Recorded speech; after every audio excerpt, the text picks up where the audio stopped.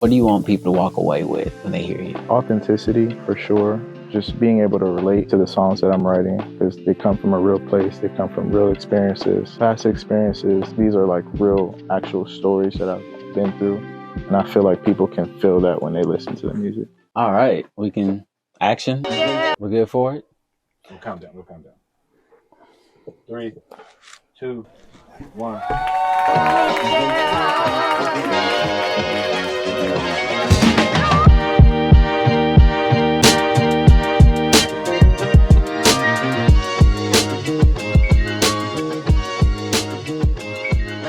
Make sure that we get it right. Okay. Tell me your name, your stage name, and describe your artistry for me. For sure. My name is Jamarius. That's my real name and stage name.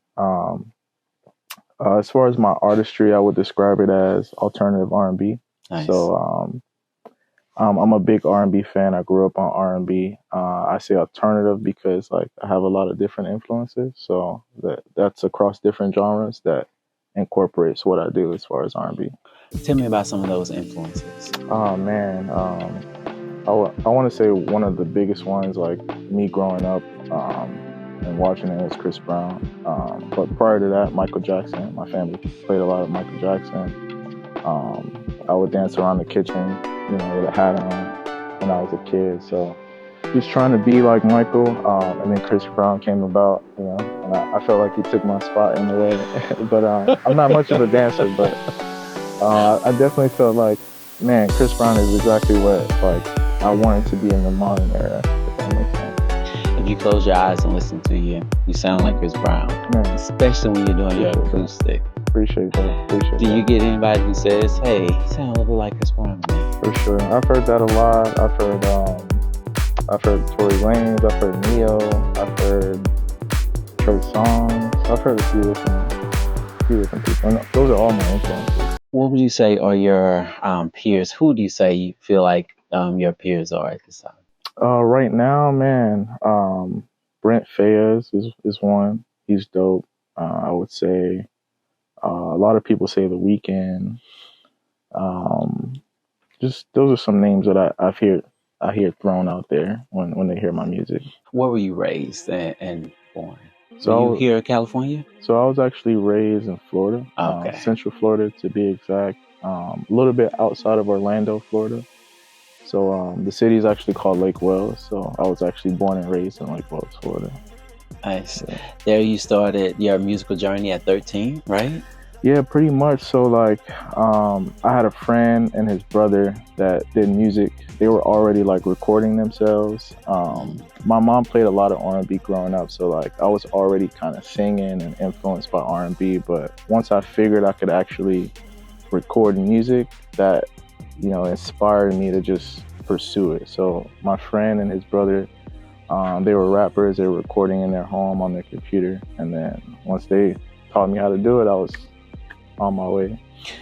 A lot of people that start music at a young age often play instruments or have family members who play instruments. Do you have any of that? So a lot of my family members on my dad's side, they're singers. And I also grew up in the church, so I was influenced by, seeing people performing in church. I was too afraid to get on stage in church, so I never actually did it. They were begging me to do it, but I didn't actually do it. But I was inspired by it. I love going to church, seeing people singing and performing. So, yeah. Did you perform with the people that you went to school with? Since you didn't sing in the choir, did you sing with any groups around town or anything? Yeah, for sure. So my friend, we actually had a song that we would sing. We would go around the school and sing to different girls. So that was the thing that we were known for, is the girls would come up to us and ask us to sing a song, and we would sing for them. So me and that friend, we would do that a lot. I had 2 other friends as well that we would sing a lot of Boyz II Men songs, like Can You Stand the Rain? So many of them. New Edition, Boyz II Men, different, a lot of different groups, because I was inspired by groups too. I always wanted to actually be in a group. I never really wanted to be a solo artist until later on in life. So. Do you keep up with any of the current artists right now that are part of groups? Yeah, for sure. I know Boyz II Men, their sons are coming out now called One More, I believe that's their name. Yeah, they're pretty dope. I know my favorite was Jagged Edge. Oh yeah, I of course. spent so much time on Jagged Edge. Yeah, for sure. My mom would play a lot of Jagged Edge growing up, and I didn't even know their name at first, you know, growing up. But once I figured out who they were, I would look up all their stuff on YouTube. Top 5 albums that inspired you growing up. Man, top 5 albums. Okay, I want to say I can't leave off Thriller, so that's like one of the main ones. So Michael Jackson, Thriller. What else? That's one. You said New Edition. New Edition. I forgot the name of the album, but you know, the one with all the hits on it. I got it. I know what you're talking about. That's all I want to say. Okay. The one with all the hits. Can You Stand the Rain? Yes. So there's so many other hits on there, but who else I want to say? I was a big fan of Neo, his first album coming out, because I respect him as a songwriter, and that's one thing that I do as well that I want to get into is songwriting. So Chris Brown. Chris Brown, of course. Which are your favorite? I would say his first because of the impact of it, the first album, because the way it inspired me. But as far as like later on in his years, I would say, I want to say maybe the most recent one was pretty fire. 11-11? Yeah, that was pretty fire. Listen, when I tell you the impact that's done for me 2 years in, it's absolutely wonderful. Yeah. When I hear you play or perform acoustically, I think of India.Arie. Okay. Even though you sound like Chris Brown. For sure. Who do you kind of invoke or inspired by when you are performing in that way, acoustically? India.Arie, I'm a big fan of her. There's a song that I love, and one day I'm gonna make it a part of my set as far as performing it. But there's a song called "Ready for Love." Like till this day, like I listen to that song all the time. Yeah, so that's one of her signature hits. Yeah, for sure. Just the writing, the everything about that song, the way it captures you, like it's inspirational for sure. You have a very soft and gentle voice in a way that it will capture the authentic type of emotion that song is written for. For sure. How do you create your music? Do you write it all yourself, or do you collaborate with songwriters? I do a bit of both. But as far as like my most comfortable position would be like when I'm by myself. When I'm like able to just hear my own thoughts and get inspired by past emotions that things that I've been through. But I love, collaborating with other artists as well. It's all fun to me.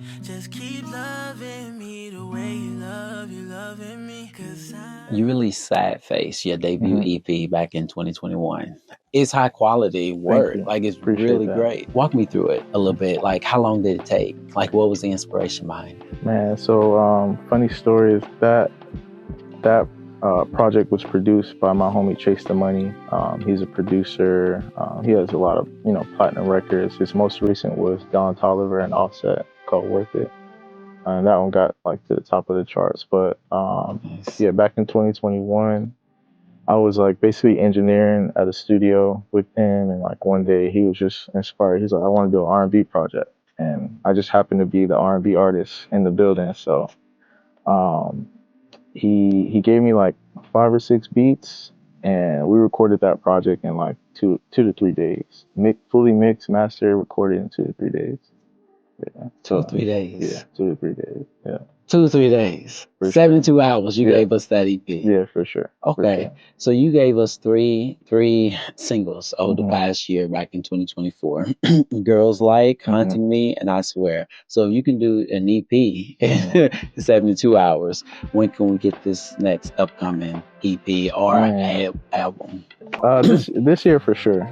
This year? Yeah, promise. I've been playing around. I've been getting in my songwriting bag and doing a lot of different things. But I'm definitely trying to get back to working on projects for sure. I want to be able to deliver and have all the resources so that I can make an album that's next level. I'm like chasing a certain level of, you know, artistry, even though like Sad Face, it came about in 2 to 3 days and I was inspired. But when it comes to making like a debut album, I would want to be able to like have all the resources there. If I need a choir, if I need a guitar or a violin or whatever I need, I want to be able to, you know, bring that in. So I think that's what I'm waiting on. I understand it takes time to craft the masterpiece. I get it. For sure. Do you feel like that's what you're waiting on? I feel like if you need a choir, you can get a choir. So no one's stopping you. You're right. Maybe I'm stopping myself. Right. Yeah. So like, what do you feel is missing? Do you think it's just inspiration? Because I think you got a team. I think you got the resources. I think you have all the elements. Yeah, maybe just inspiration, just to really lock in and get inspired. So what do you want people to walk away with when they hear you? Authenticity, for sure. Just being able to relate to the songs that I'm writing, because they come from a real place. They come from real experiences, past experiences. These are like real, actual stories that I've been through, and I feel like people can feel that when they listen to the music. Any place, anytime. Whatever you want, let me know you gon' get it. Oh, can you tell me what inspired you to make that single?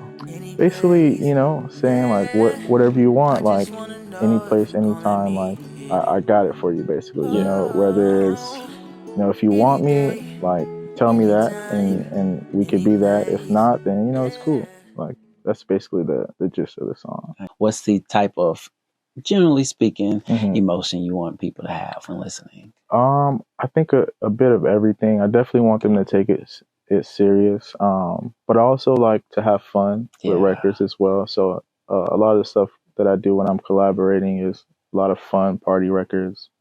But I definitely want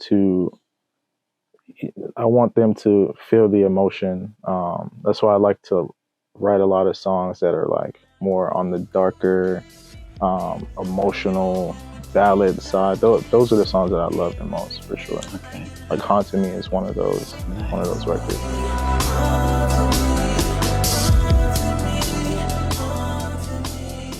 Outside of you dropping more music, are there any performances, upcoming performances we can expect from you? Yeah, I definitely got some things in the works. Nothing set in stone right now, so I don't want to, you know, say anything. But yeah, a couple of performances in the works for sure. Okay, yeah. Excellent. And last question I got for you. For those upcoming artists that are coming behind you, do you have any advice for them? Man, the advice that I would say is don't overthink. That's one thing that I tend to do, and that I've done is overthink things, get in my own way. Thinking things aren't like we literally just talked about. You know, I'm trying to get to a certain level and I haven't released the album because of that. So it's like, that's one of the things I would say. Don't overthink it. Just go for it. Have fun with it. Also just, you know, not feeling like you need other people to complete something. Just kind of go for it and see what comes, you know, about. So yeah, that's pretty much it. That's pretty good. That's solid. I'll take that. For sure. Thank you. I think that's great. Can't give you up, I'm addicted now. You got me floating, I can't come down. It feels like there ain't no gravity. Love your aroma, it's heavenly. Can't stop, I'm smoking you heavily.